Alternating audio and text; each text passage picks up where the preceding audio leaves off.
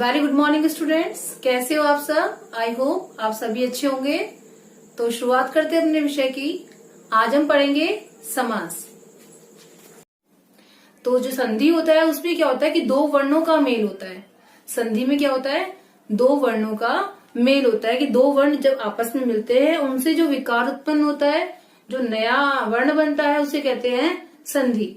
और आज हम पढ़ेंगे समास। और समास क्या होता है, समास में होता है कि मतलब पास रखना। जो समास शब्द है वो भी दो शब्दों से मिलकर बना है, सम और आस। तो इसका मतलब होता है पास रखना। तो समास में क्या होता है कि दो शब्द, दो अलग अलग शब्द आपस में मिलते हैं और उनके मिलने पर जो नया शब्द बनता है, इस पूरी प्रक्रिया को हम बोलते हैं समास। तो हम शुरुआत करते हैं अपने विषय की। आज का हमारा विषय है समास। अब सबसे पहले हम जाने कि समास जो शब्द है ये किन दो शब्दों से मिलकर बना है। तो समास देखते हैं हम। समास जो शब्द है ये बना है सम प्लस आस। ठीक है। समास की रचना, समास की रचना दो शब्दों से हुई है, दो से हुई है। अब ये सम प्लस आस, सम का अर्थ होता है पास और आस का अर्थ होता है रखना। समझ में आया, मतलब पास रखना। तो इसमें क्या होता है कि समास है दो शब्दों से मिलकर बना है, सम प्लस आस, इसका अर्थ होता है पास रखना। तो इसी प्रकार इसकी परिभाषा क्या बनी कि दो शब्दों को मिलाकर, दो या दो से अधिक शब्दों को मिलाकर बनाने से जो नया शब्द बनता है, इस पूरी प्रक्रिया को बोलते हैं समास। तो हम देखते हैं इसकी परिभाषा क्या होती है। इसकी परिभाषा है, परिभाषा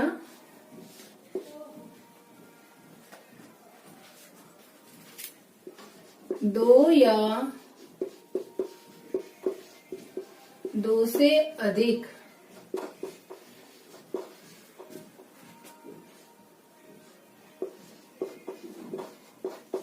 शब्दों को मिलाकर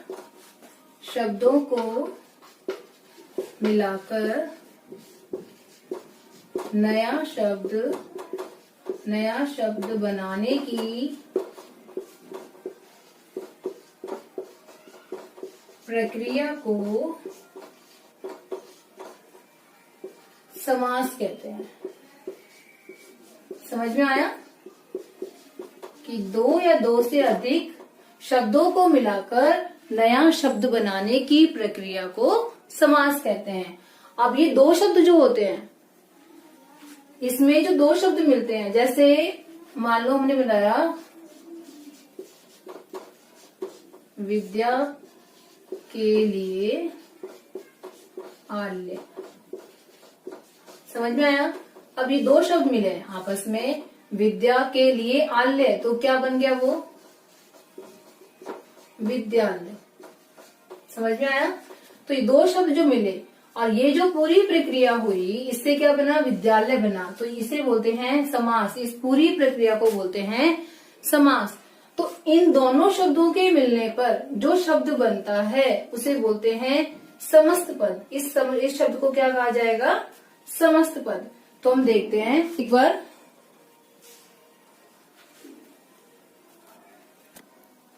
हम देखते हैं आप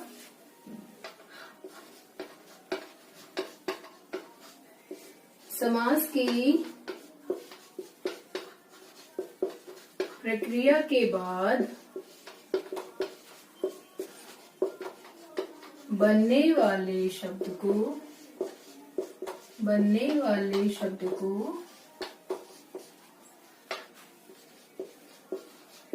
समस्त पद कहते हैं। समझ में आया। जैसे विद्यालय बना, देशभक्ति बना, कुछ भी मान लो, घुड़सवार, मतलब जो भी बनते हैं, दो शब्दों से मिलके जो भी शब्द बनते हैं, इस पूरी प्रक्रिया के बाद जो शब्द बनता है ये, इसे बोलते हैं समस्त पद। तो ये क्या हो गया हमारा समस्त पद। ठीक है, अब देखते हैं कि अब ये तो शब्द हमने बना लिया समस्त पद। अब वापस से ये जो समस्त पद हमने बनाया है, इसको वापस से अपनी स्थिति में लाना, मतलब उन दोनों शब्दों में अलग अलग करना, वो कहलाता है समास विग्रह। तो समास विग्रह क्या होता है? समास विग्रह हम देखते हैं ये क्या होता है।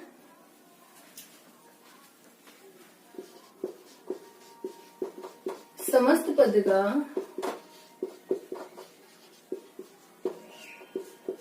विग्रह करके उसे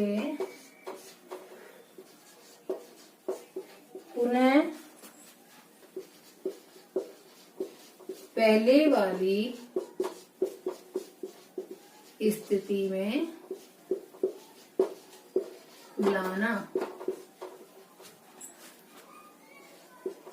समास विग्रह कहलाता है।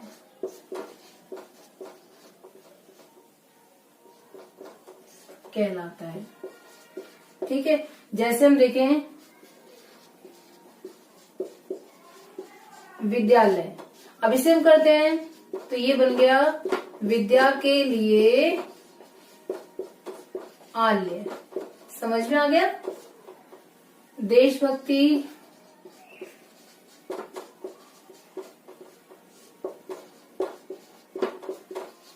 देश के लिए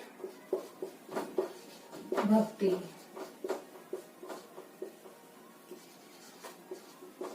घुड़सवार, घुड़सवार घोड़े पर सवार।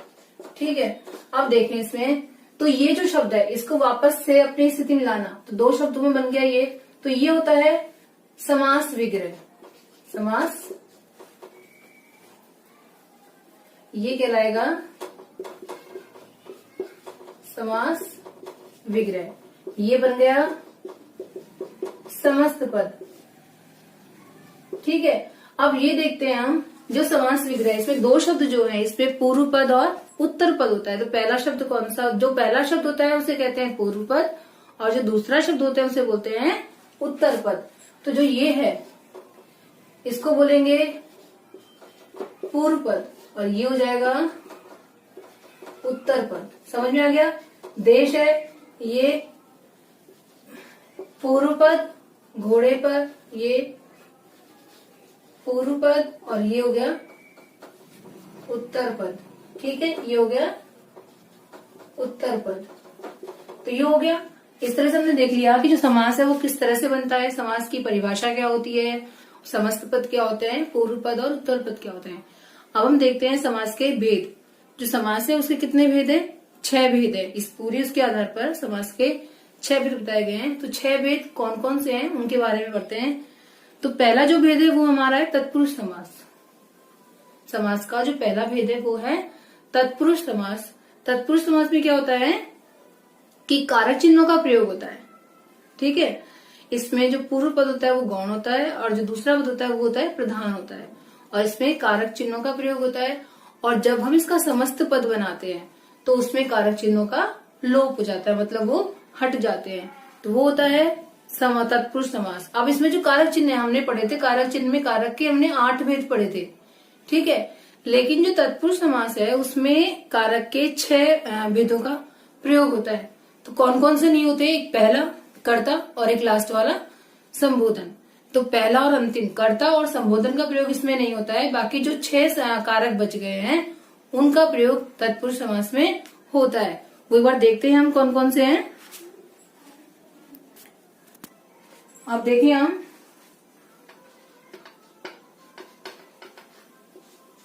समास के भेद। तो पहला भेद कौन सा है? हमारा पहला भेद है तत्पुरुष समास। इसके 6 भेद होते हैं। ठीक है, तो पहला भेद कौन सा हो गया? तत्पुरुष समास। देखिए हम तत्पुरुष समास, इसमें क्या होता है, इसमें उत्तर पद प्रधान होता है। ठीक है, इसमें उत्तर पद प्रधान होता है और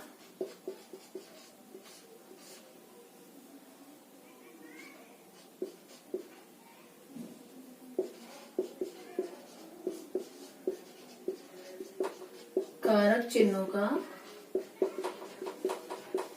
प्रयोग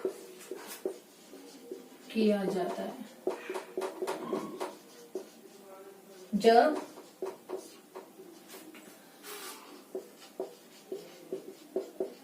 समस्त पद बनाते हैं तो कारक चिन्हों का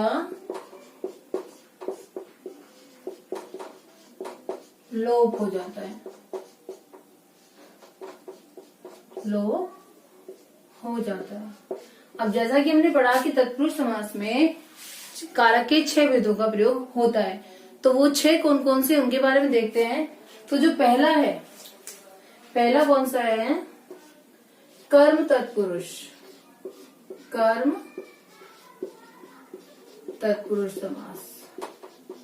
तो कर्म में क्या हो जाएगा?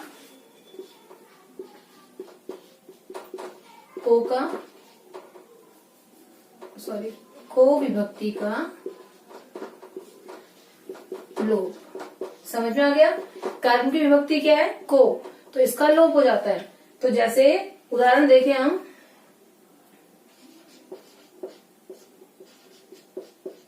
यश प्राप्त, ये समस्त पद है।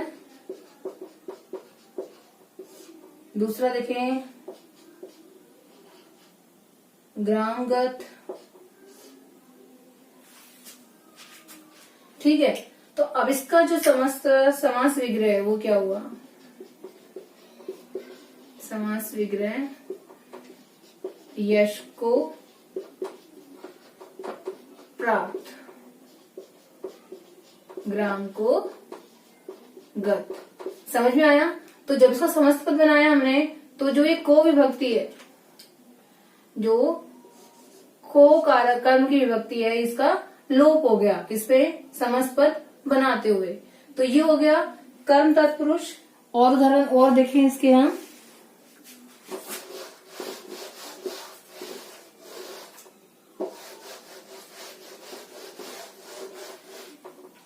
दूसरा देखते हैं,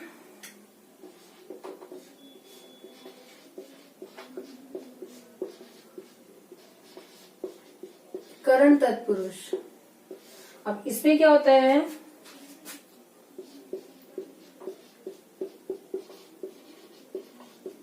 से चिन्ह का लोप हो जाता है।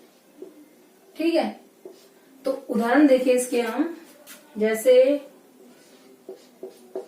शोकाकुल,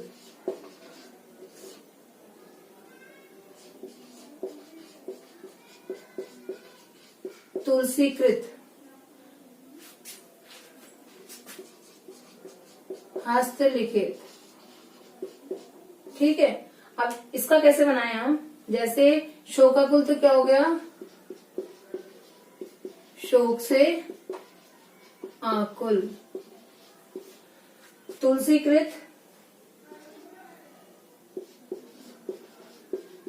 तुलसी द्वारा कृत। कर्ण की विभक्ति से के द्वारा है ना, तुलसी द्वारा कृत। हस्तलिखित, हस्त से लिखित। समझ में आ गया? तो जैसे इसमें जब हमने समस्त पद बनाया तो जो से विभक्ति है उसका लोप हो गया। ठीक है, तो जैसे शोकाकुल में शोक से आकुल, तो इसमें से विभक्ति का प्रयोग हुआ है, तो ये कौन सा है? कर्ण तत्पुरुष। ठीक है, द्वारा से। और जब समस्त पद बनाया तो ये जो कारक चिन्ह है इनका लोप हो गया, तो ये कौन सा हो गया? कर्ण तत्पुरुष। अब और देखें हम तीसरा, जो तीसरा है हमारा वो है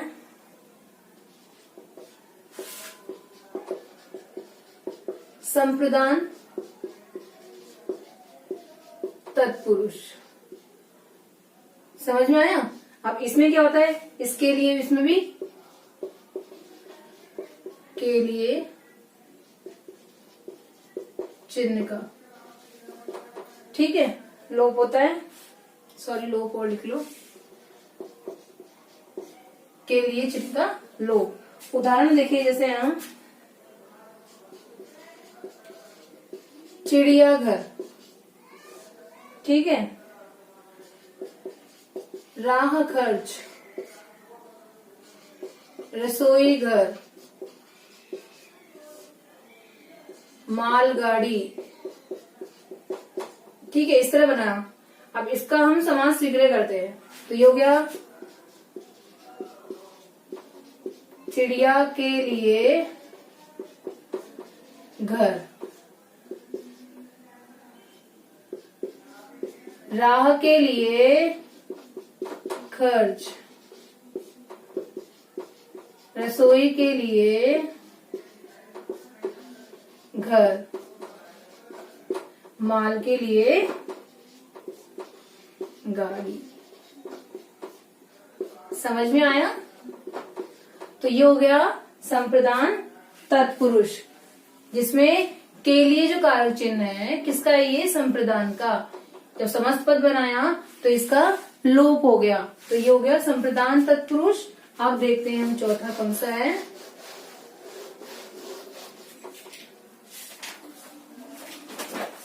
चौथा है हमारा अपादान, अपादान तत्पुरुष। अब अपादान में क्या होता है,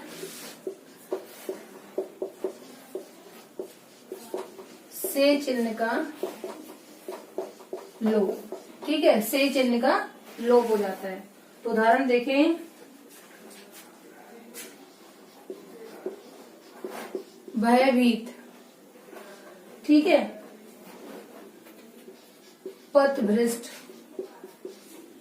पथभ्रष्ट,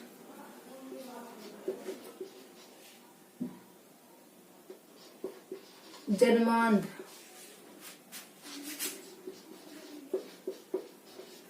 ऋण मुक्त। समझ में आया? अब हम देखें इसका समास विग्रह हम करें तो भयभीत का हो गया, भय से भीत मतलब डरा हुआ, पथभ्रष्ट, पथ से भ्रष्ट, जन्म से अंधा, ऋण से मुक्त। समझ में आया? तो ये हो गया अपादान तत्पुरुष। अब इसमें इन सब का लोप हो गया जब इनका हमने समस्त पद बनाया। अब इसके बाद देखते हैं, अब जो हमारा है वो है संबंध तत्पुरुष, ठीक है। अब इसमें क्या होता है, कौन कौन से है, का, के, की, चिन्ह का लोप हो जाता है। समझ में आ गया? अब ये कौन कौन से हैं, इसको उदाहरण देखें एक बार हम। गंगा जल, फिर देखिए राज योग, राज कुमार, ठीक है। एक और देख लें, दीनानाथ। अब ये क्या समास विग्रह क्या होता है, गंगा का जल, राजा का योग, राजा का कुमार,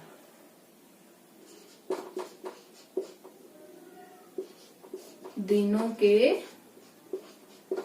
नाथ। ठीक है, अब एक का इनका लोप हो गया संबंध तत्पुरुष का। अब छठा देखते हैं हम कौन कौन सा है।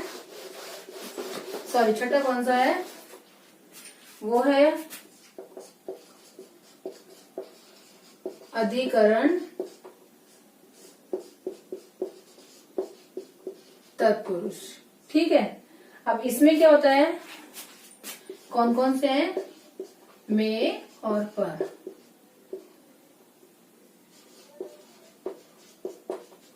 चिन्हों का लोप। ठीक है, अब ये कौन सा बनता है, इसको उदाहरण देखिए हम।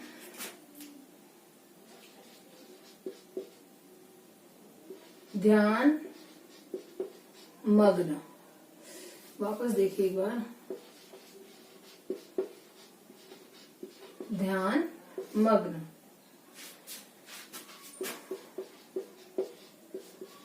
सिर दर्द,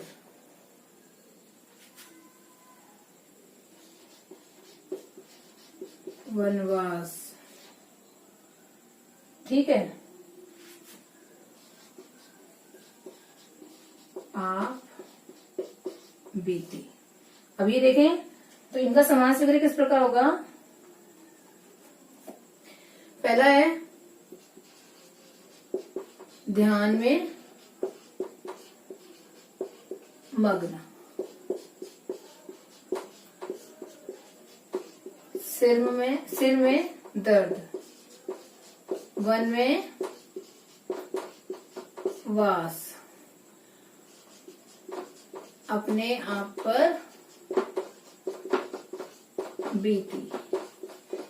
ठीक है, तो ये हो गया अधिकरण तत्पुरुष। तो इस प्रकार हमने तत्पुरुष समास पढ़ा, पहला जो भेद है समास का तत्पुरुष समास, उसके बारे में पढ़ा। तो उसमें अपने क्या पढ़ा कि कारक चिन्हों का प्रयोग होता है, और कितने कारक चिन्हों का प्रयोग होता है, 6। तो उनके बारे में देख लिया। अब हम जो पढ़ेंगे दूसरा जो भेद है इसका, उसके बारे में। तो दूसरा भेद कौन सा है, वो है इसका कर्मधारय समास। दूसरा भेद है कर्मधारय समास। अब जो कर्मधारय समास है, इसमें क्या होता है, कर्मधारय समास में जैसा कि हमने पढ़ा था कि समास में 2 पद होते हैं, पूर्व पद और उत्तर पद। ठीक है, तो कर्मधारय समास में क्या होता है, विशेषण विशेष्य या फिर उपमेय उपमान का प्रयोग होता है। तो जैसा आप देखें इसकी परिभाषा, मतलब क्या होता है इसमें,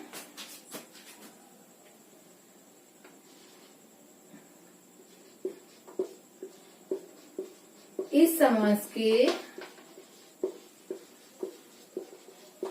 पहले और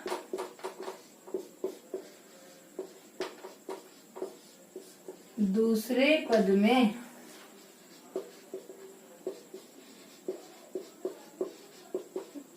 विशेषण विशेष्य या उपमेय उपमान का प्रयोग होता है। समझ में आया। विशेषण विशेष्य मतलब जो विशेषता बताते हैं, जिनकी विशेषता बताई जाती है, वो होते हैं विशेष्य। ठीक है, और उपमेय उपमान तुलना करना। तो अब कौन कौन से उदाहरण है इसके देखते हैं हम। जैसे पीतांबर,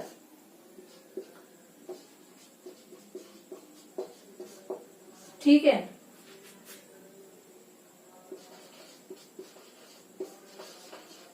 लाल किला,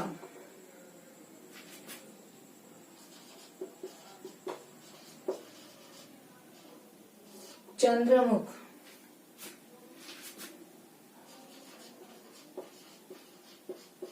घनश्याम। ठीक है, अब इनका समास विग्रह करें हम। पीतांबर, पीला है जो अंबर, पीला है जो अंबर। लाल है जो किला, चंद्र के समान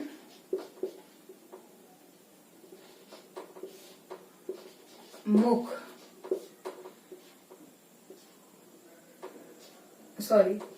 घन के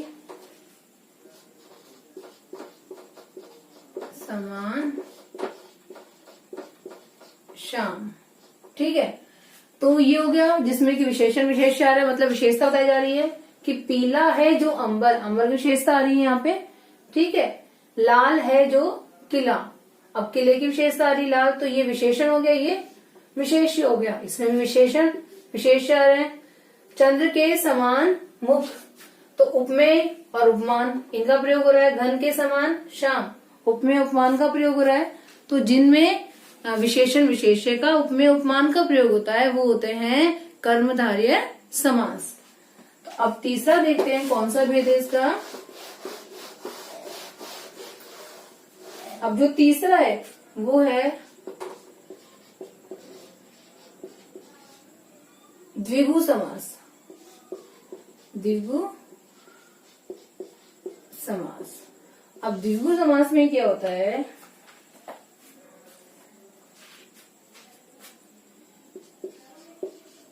पहला पद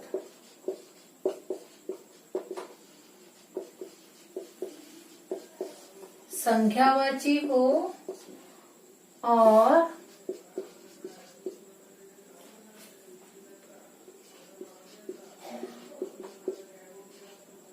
समस्त पद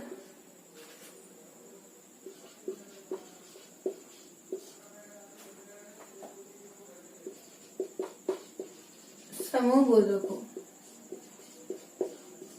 ठीक है, इसमें जो द्विगु समास होता है इसमें क्या होता है, पहला पद संख्यावाची होता है और जो समस्त पद है वो समूह बोधक, मतलब समूह का बोध करवाता है। जैसे उदाहरण देखिए हम इसके,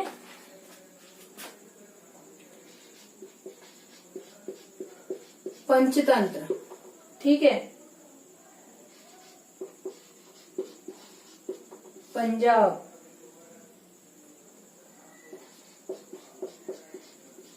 शताब्दी,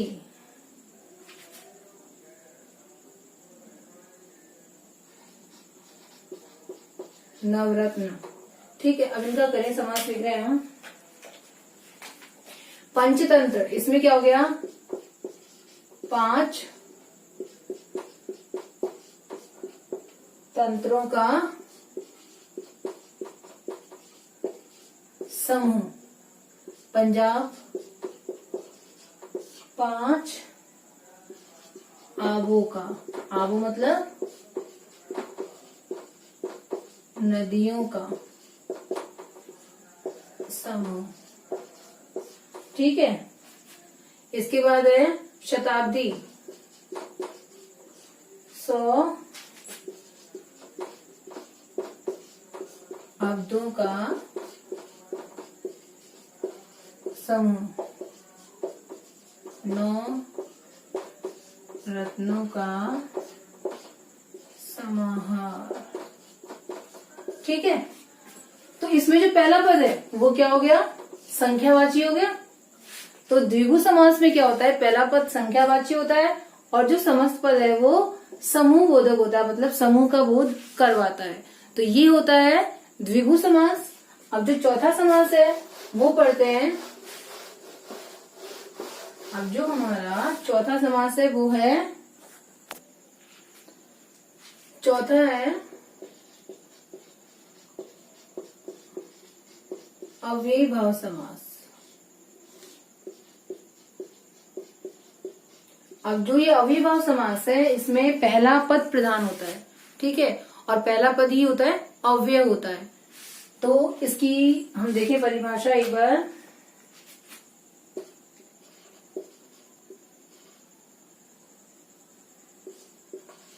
इसमें पहला पद अव्यय होता है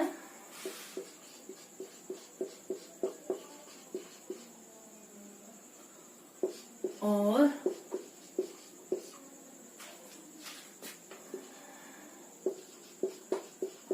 योग से बना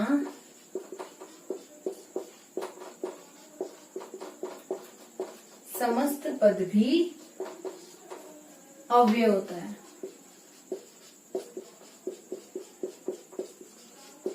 इसमें पहला पद यानी कि पूर्व पद प्रधान होता है। समझ में आया कि जो अव्ययीभाव समास है उसमें पहला पद प्रधान होता है और पहला पद जो होता है अव्यय होता है और जो समस्त पद बनता है वो भी अव्ययी होता है। अब जैसे कि इसके उदाहरण देखें हम, यथ समय मतलब समय के अनुसार। दूसरा देखिए,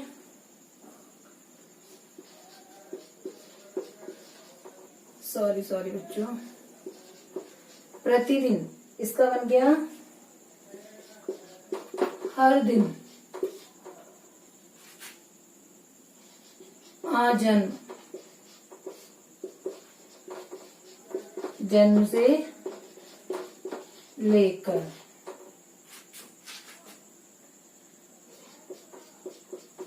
रातों रात, रात ही रात में। अब समझ में आया कि इसे पहला पद जो है वो अव्यय है और कई बार ऐसा होता है अव्ययीभाव समास में कि जो उपसर्ग लगाकर भी शब्द बनाए जाते हैं। जैसे कि शब्द है जन्म, इसमें आ लग गया तो ये बन गया आजन्म। और यदि पुनरावृत्ति, जैसे एक ही शब्द की पुनरावृत्ति होती है तो वो भी किसमें आते हैं, अव्ययीभाव समास में। जैसे रातों रात, दिनों दिन, हाथों हाथ, ये सब किसमें आ गए, अव्ययीभाव समास में। एक ही शब्द की पुनरावृत्ति हो रही है तो वो किसमें आ गया, अव्ययीभाव समास में। अब जो इसका पांचवा है वो हम देखते हैं कौन सा है।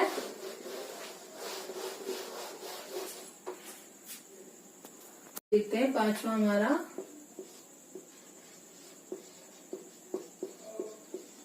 बहुब्रीहि समास। अब ये जो तक हमने देखा कि किसी में पहला पद प्रधान है, किसी में दूसरा पद प्रधान है, लेकिन जो बहुब्रीहि समास है इसमें क्या होता है कि दोनों पद प्रधान न होकर तीसरा विशेष अर्थ निकलता है। तीसरा पद जो होता है मतलब तीसरा अर्थ निकलता है वो होता है बहुब्रीहि समास। इसमें ना तो पूर्व पद प्रधान होता है ना ही उत्तर पद, इसमें तीसरा विशेष अर्थ निकलता है। जैसे हम देखें उदाहरण, पहले इसकी परिभाषा लिख लें।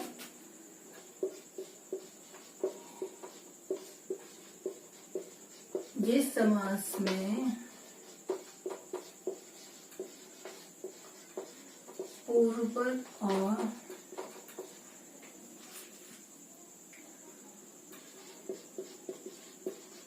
उत्तर पद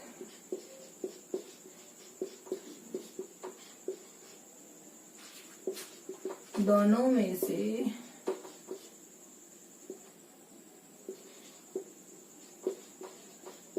कोई प्रधान न होकर तीसरा अर्थ निकलता है, वही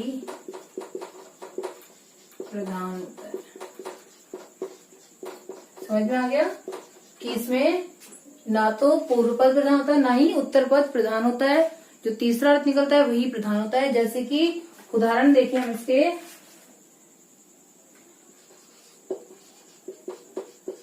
लंबोदर,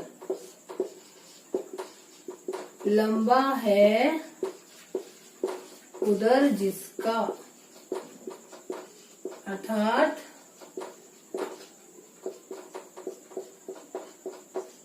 गणेश जी, मतलब लंबा उदर किसके लिए कहा जा रहा है, गणेश जी के लिए। तो तीसरा अर्थ विशेष हो गया, तीसरा प्रधान हो गया इसमें, तो ये हो गया बहुब्रीहि समास। और देखिए दशानन, 10 है आनंद जिसके, ठीक है, अर्थात रावण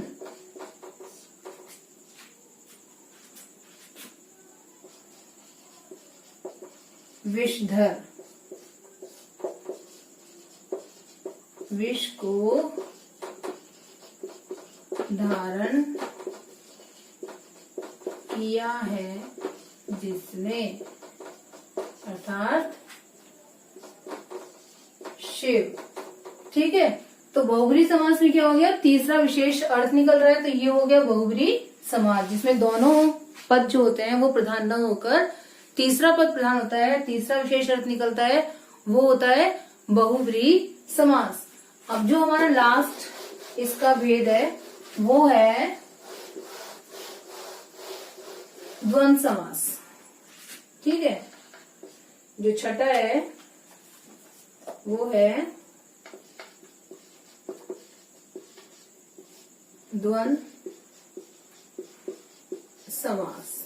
ठीक है, अब इस पद में, अब जो हमने देखा अभी कि बहुब्री में क्या पढ़ा कि दोनों पद प्रधान नहीं होते, और ये जो समास है द्वंद्व समास, इसमें क्या है कि दोनों ही पद क्या होते हैं, प्रधान होते हैं।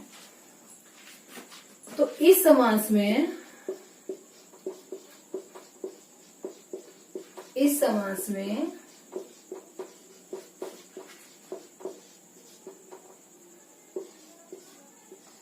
दोनों पद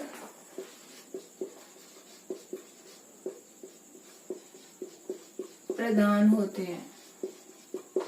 ठीक है, और दोनों पद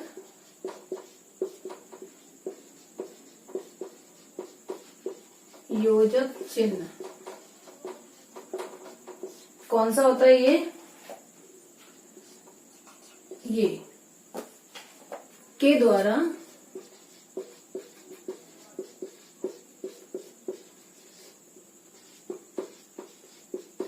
जुड़े होते हैं।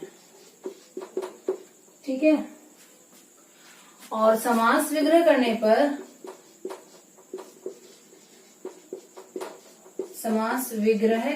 पर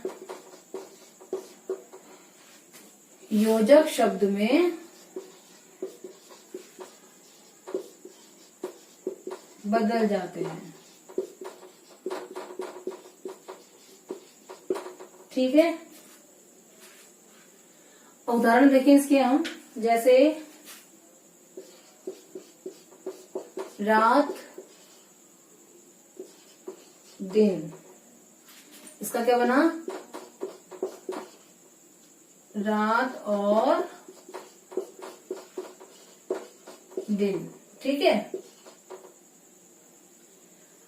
सुख दुख,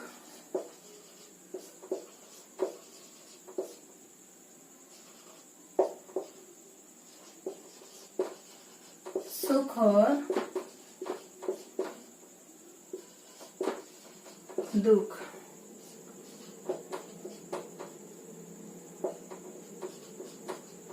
ठंडा गरम, ठंडा या गरम। अब इस तरह हमने देखा द्वंद्व समास में क्या होता है, दोनों पद प्रधान होते हैं और समस्त पद में योजक चिन्हों का प्रयोग होता है, और जब समास विग्रह करते हैं तो योजक चिन्ह जो है वो योजक शब्दों में बदल जाते हैं। तो ये हमने पढ़ लिया द्वंद्व समास। अब हमने क्या पढ़ा, एक बार देखें हम कि जो हमने समास पढ़ा उसमें जो पहला हमने पढ़ा तत्पुरुष समास में क्या होता है, दूसरा पद प्रधान होता है। अव्यय भाव समास में क्या पढ़ा हमने, पहला पद प्रधान होता है। कि अव्यय भाव समास में पूर्व पद प्रधान होता है, और तत्पुरुष समास में दूसरा पद मतलब उत्तर पद प्रधान होता है।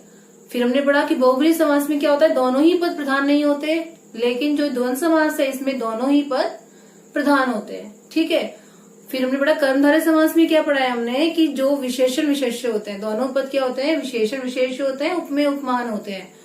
और द्विगु समास में पहला पद जो है वो संख्यावाची होता है।